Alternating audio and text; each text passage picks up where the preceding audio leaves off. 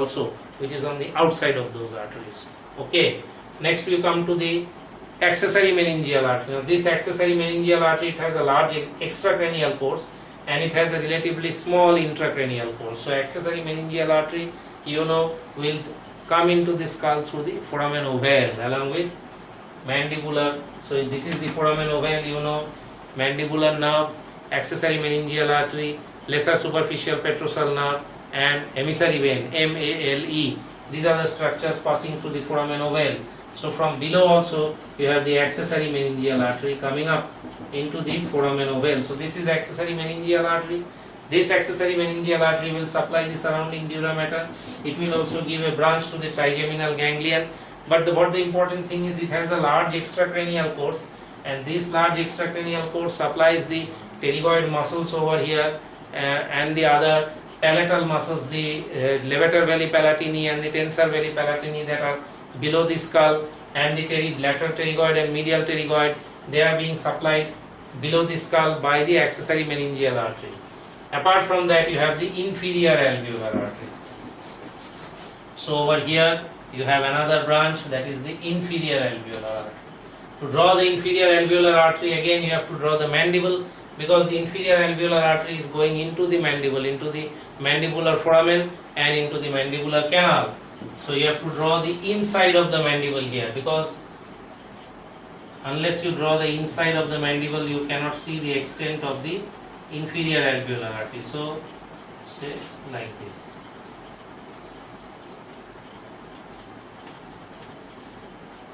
So now we are drawing the inferior alveolar artery. Somewhere here is the mandibular canal, mandibular foramen.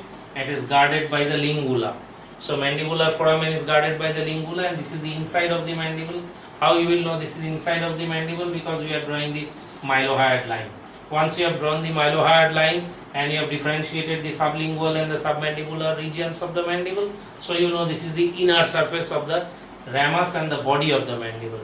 And now we are going to draw the inferior alveolar nerve, the inferior alveolar artery. So this is the first part of the maxillary artery, and here you have the inferior alveolar artery. So inferior alveolar artery, just after arising from the first part of the axillary artery, it has gone down and it has entered the mandibular foramen, and it is guarded by the lingula, and you know this lingula gives attachment to the sphenomandibular ligament over here, and over here you have the stylomandibular ligament, and behind the third molar tooth you have the pterygomandibular raphe. So sphenomandibular, stylomandibular, pterygomandibular, the three structures attached to the mandible, and when it is going down like this into the mandibular foramen and canal, the rest of the artery you have to draw in dotted lines. So within the mandibular canal, this is the artery in dotted lines. Now at this point, it gives an external branch, that is the mental branch, which has gone out, and it gives incisive branches to the incisor and canine teeth. So when it is coming by the molar and premolar teeth, this inferior alveolar artery will give branches to the roots of the molar teeth, premolar teeth, and the adjacent gums, as well as the buccal mucosa or the oral mucosa. And when it gives off the mental branch, and the mental branch comes out in the cheek over here, and anastomosis with the arteries over here, the inferior labial branch of the facial supplying the lower lip, submental branch of the facial coming to the undersurface of the chin. This will all anastomosis with the mental artery which is coming out, which is a branch of the inferior alveolar artery. Now when it is going down like this, it does give an extra branch, that is the nerve to mylohyoid, and the nerve to mylohyoid punctures the sphenomandibular ligament and comes to lie below the mylohyoid line. So if this is the mylohyoid line, you expect the mylohyoid muscle to be like this and form the oral diaphragm, the diaphragm oris, and the mylohyoid vessels and nerves are below, passing below the mylohyoid, and they are also coming to the point of the chin to anastomose with the submental branch of the facial artery. So inferior alveolar artery within the mandibular canal, separating into the incisive branches and the mental branch, and before entering the mandibular foramen and canal, it gives the mylohyoid artery, and this mylohyoid artery pierces the sphenomandibular ligament and supplies these structures in the floor of the mouth below the mylohyoid up to the point of the chin. So now we have completed the first part of the maxillary artery, deep auricular, anterior tympanic, middle meningeal, accessory meningeal, inferior alveolar. Now we are into part 2 after such a long time. Part 2, the muscles are relatively simple. Deep temporal, pterygoid, mesenteric, buccal. So they are all muscular branches. So we will draw them. About 2 deep temporal. So these deep temporal muscles are going deep into the temporal region beneath the temporal fossa, going into the temporalis muscle and anastomosing with the middle temporal and the superficial temporal arteries. And then you have a mesenteric nerve. Now this mesenteric nerve, when it starts from the second part, it goes outside like this over the mandibular notch. So on the upper surface of the mandible you have this mesenteric notch. If you draw the mandible from the outside again, the mesenteric artery will come out like this and supply the masseter, and you know the masseter is situated in this position going up to the zygomatic arch. So deep temporal going to the temporalis muscle. So over here you have the temporalis, this then is the temporalis. So you have a deep temporal going up to the temporalis muscle, and you have a pterygoid going up to the lateral and medial pterygoids. So you have a deep temporal, pterygoids, mesenteric and buccal. Now the buccal branch will come out like this, and this buccal branch will emerge in this position. On the mandible outside you have the masseter, and on the inside you have the molar teeth, and on that you have the buccinator. If we have to actually draw that, suppose you again draw the mandible. So you cannot have overlapping drawings, you have to draw them all separately. That is the problem with this thing. And you have the 3 molar teeth, and over here you have the buccinator muscle. This is the buccinator, and this is the buccinator of the maxilla, and then this is the buccinator muscle, the main muscle bulk of the cheek, and the buccal branch will come out like this and supply the buccinator, and from the maxillary artery it will come out, say, in this direction, dotted line, and it will come out over here between the masseter and the buccinator. And the masseter muscle, if you have to draw it, if you have to simply, then you will have to draw it like this. So the masseter muscle is the more superficial muscle, the buccinator muscle is the deeper muscle. Over the 3 molar teeth, the 3 maxillary molars and the 3 mandibular molars, just outside the alveolar process and the attachment of the molars, you have the attachment of the buccinator muscle, and between that buccinator on the inside and the masseter on the outside you have the buccal branch coming out. So from the second part of the maxillary artery you have deep temporal, mesenteric, pterygoid and this buccal branch. These are the branches of the second part of the maxillary artery. Now the third part of the maxillary artery. In the third part of the maxillary artery, it is going through the pterygomaxillary fissure into the pterygopalatine fossa, and we have to deal with the arteries over here. So we will have to create some space in this point. Now suppose we draw the pterygopalatine fossa a bit large, and we draw the maxillary artery going in like this. This is the maxillary artery, third part of the maxillary artery. So when it is going into the pterygopalatine fossa through the pterygomaxillary fissure, this is the maxilla. So if we draw the posterior surface of the body of the maxilla over here, and we draw the anterior edge of the maxilla, and we say that somewhere here you have the nasal notch of the maxilla, and this here is the orbit. This here is the orbit, and this is the floor of the orbit on the maxilla. So when the maxillary artery is going deep into the pterygopalatine fossa, this is the back side of the maxilla, and over here then you have the molar teeth. 1, 2, 3. Suppose we draw only 3 molar teeth, we don't draw much more. From this point you have posterior superior alveolar artery. So this posterior superior alveolar artery pierces a minute foramen on the back of the infratemporal surface of the body of the maxilla. So here in the body of the maxilla, you have the piercing by the posterior superior alveolar nerves, posterior superior alveolar arteries. Of course, you have nerves accompanying it, and these nerves, these arteries are going like this.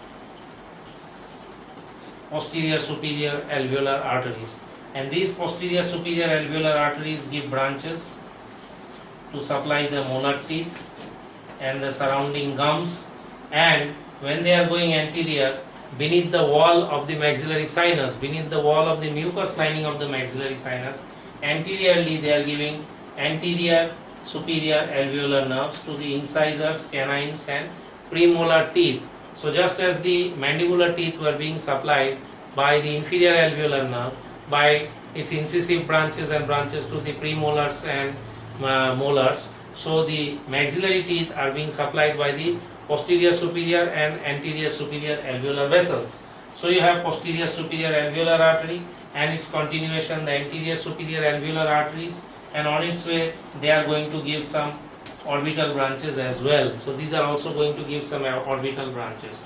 Now the main part of the maxillary artery, when it is within the loop or within the pterygopalatine fossa, it gives a number of other branches. First of all, below over here, it will give the greater palatine artery, and from the greater palatine artery you have multiple lesser palatine arteries. Now this greater palatine artery will come out through a opening that is called the greater palatine foramen on the undersurface of the base of the skull. Now where is that greater palatine foramen? Again you have to draw the undersurface of the base of the skull. You draw the undersurface of the base of the skull like this. I have already told you that you have to draw the palate,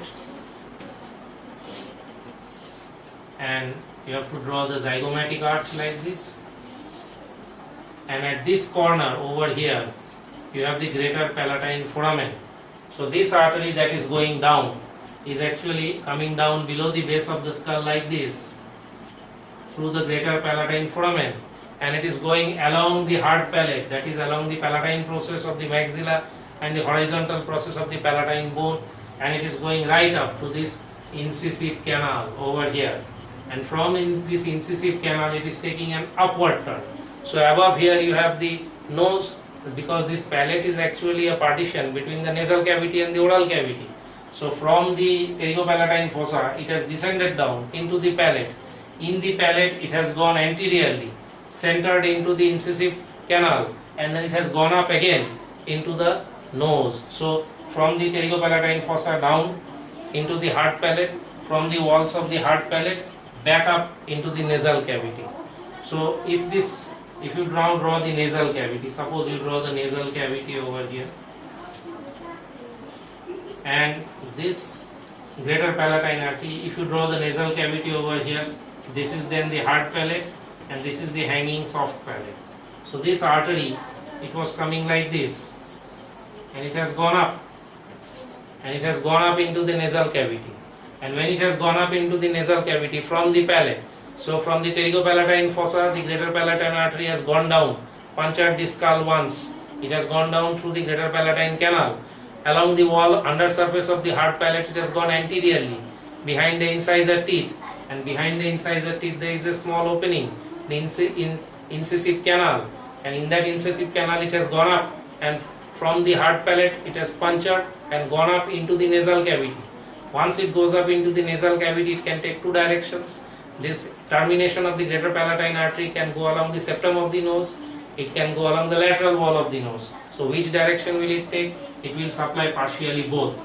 It gives branches both to the midline septum of the nose, it also gives branches to the lateral wall of the nose, and in the midline septum of the nose it anastomoses with the sphenopalatine artery, which we will come to later. So one of the branches over here, greater palatine artery, and from the greater palatine artery you can see the sub branches, numerous sub branches. Now beside the greater palatine foramen over here, there are again multiple lesser palatine foramina. So from these lesser palatine foramina you have lesser palatine arteries that are coming in this direction, and they are supplying the soft palate. Now these lesser palatine arteries, they are supplying the soft palate. So how you draw the soft palate? The soft palate is actually hanging from the hard palate like this. So this is the soft palate. It is attached to the posterior border of the hard palate. If you look inside your mouth, you can see the hanging uvula of the soft palate. Hanging down behind the hard palate is the soft palate. Hanging down behind hard palate. So these, from the greater palatine arteries, these lesser palatine arteries, they are going to go into the soft palate. So from greater palatine arteries, lesser palatine arteries are going to supply the soft palate. And not only that, they are going to anastomose with the palatal branches of the ascending palatine branch of the facial and the branches of the ascending pharyngeal artery, and in total they are going to supply the soft palate. So the greater palatine artery mostly supplies the soft tissues and bone of the hard palate, whereas the lesser palatine arteries mostly supplies the soft tissues of the soft palate. So below you have these branches, greater palatine and lesser palatine. Anteriorly you have seen one branch, that is the posterior superior alveolar, but after this entire loop, the maxillary artery again gives a second end, and this second branch that goes anteriorly is the infraorbital branch. So this infraorbital branch actually lies on a groove over here on the orbital surface of the body of the maxilla. There is then a groove, and through this groove it opens up over here. This is on the anterior surface over here. You have the infraorbital foramen, and through this infraorbital foramen this artery will come out into the face. So this much here was the maxillary sinus, and here you have the anterior surface of the body. So this infraorbital artery, it has gone on the floor of the orbit and it has come out over here. So another branch, so anteriorly you had one branch, the posterior superior alveolar. Anteriorly now you have a second branch, the infraorbital artery, and this infraorbital artery in the floor of the orbit supplies the soft tissues and muscles in the floor, that is inferior rectus, inferior oblique. It supplies the lacrimal sac medially, comes out in the face, anastomoses with the branches of the facial, transverse facial and dorsal nasal coming down from the inner canthus of the eye. So this infraorbital artery is quite a large artery, it's a very important artery. So third part of the maxillary artery, anteriorly two branches, infraorbital, posterior superior alveolar. Below two sets of branches, greater palatine, lesser palatine. Posteriorly two sets of branches, pharyngeal artery and artery of the pterygoid canal, of which this pharyngeal artery is going to go directly posteriorly through the palatovaginal canal. You know that on the undersurface of the body of this sphenoid you had formation of two narrow slits, a vomerovaginal canal and a palatovaginal canal. Both were participated in by the vaginal process of the medial pterygoid plate, and on top of that you had attached the sphenoidal process of the palatine bone from front and the ala of the vomer from behind. So you had a vomerovaginal canal and you had a palatovaginal canal. Vomerovaginal canal was a bit posterior, palatovaginal canal was a bit anterior on the undersurface of the body of the sphenoid. So when this artery is going back from the pterygopalatine fossa, it is going to go on the undersurface of the body of the sphenoid. So the pharyngeal artery will go in through that palatovaginal canal, which transmits the pharyngeal vessels. Vomerovaginal canal, if you recall, does not supply anything important, does not transmit anything important. So these pharyngeal branches, along with the pharyngeal branches of the pterygopalatine ganglion, they are going to supply nasopharynx, posterior part of the root of the nose, and go right up to the auditory tube. And the second artery that is important over here is the artery of the pterygoid canal. This artery, when it goes back, you can understand that it will go through the pterygoid canal. Pterygoid canal, as you have seen in this sphenoid, is an opening at the junction of the body of the sphenoid and the medial pterygoid plate. So between the body of the sphenoid and the greater wing on the side and the medial pterygoid plate from below, at that crucial junction you have the pterygoid canal. So the pterygoid canal anteriorly opens into the pterygopalatine fossa, posteriorly it opens up into the nasopharynx. So this posterior branch, this pterygoid artery of the pterygoid canal, it will also go and supply the nasopharynx, and it will supply also the auditory tube, and it will, through the auditory tube, it will give branches right up to the middle ear cavity. So posteriorly now you have two branches, pharyngeal artery, artery of the pterygoid canal. Anteriorly to infraorbital artery, posterior superior alveolar artery. Below to greater palatine, lesser palatine. Medially you have one branch, that is the sphenopalatine artery. One branch is going medially, that is the sphenopalatine artery. It is going deep So when you go from the side wall of the skull deep inside, you are actually jumping from the side wall, from the pterygopalatine fossa into the nasal cavity. So this structure that is going medially, it is going to open up somewhere here. So over here, between the orbital and sphenoidal processes of the perpendicular plate of the palatine bone, it is here that you have the sphenopalatine artery coming into the nose, and once it has come into the nose, it can give branches to the side wall of the nose, it can give branches to the septum of the nose. So this sphenopalatine artery, it gives both.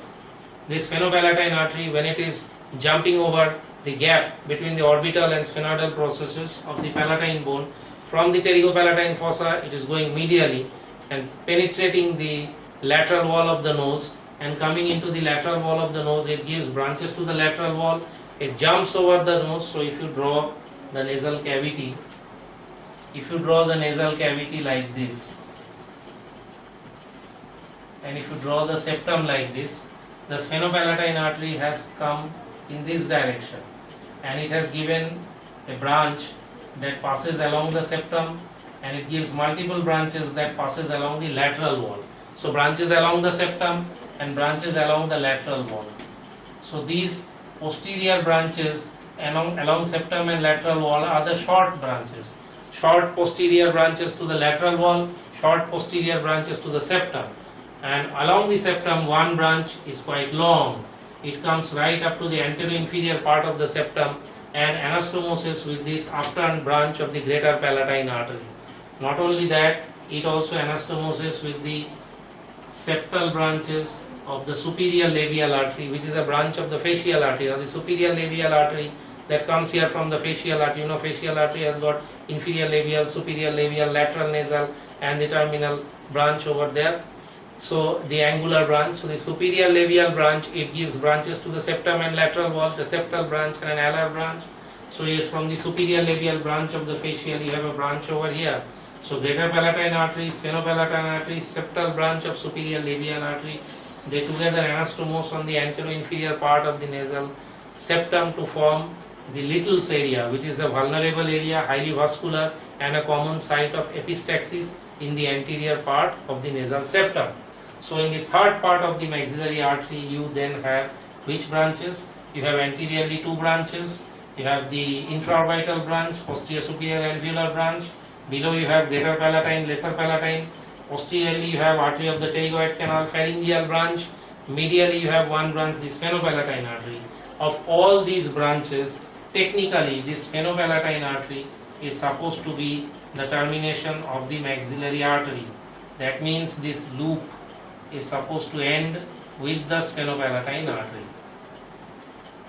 So you have the loop of the maxillary artery ending with the sphenopalatine artery. So you have the loop of the maxillary artery ending with the sphenopalatine artery. So although infraorbital artery in front is a large artery, sphenopalatine artery passing medially is also a very large artery. You could take the infraorbital artery to be the termination of the maxillary artery. You could take the sphenopalatine infraorbital artery passing along the orbit. That could be taken as a termination of the sphenopalatine artery, so of the maxillary artery. And the sphenopalatine artery passing medially into the nose, that could also be taken to be the termination of the maxillary artery. But by common consensus, after the loop, it is supposed that the sphenopalatine artery is the termination of the maxillary artery. So the entire gamut of branches of the maxillary artery is quite complex, but if you can manage to follow it theoretically through all the different windings in the base of the skull and the inside of the skull, I think you will have covered a major conceptual part of the head neck just by following the branches of the maxillary artery. Thank you.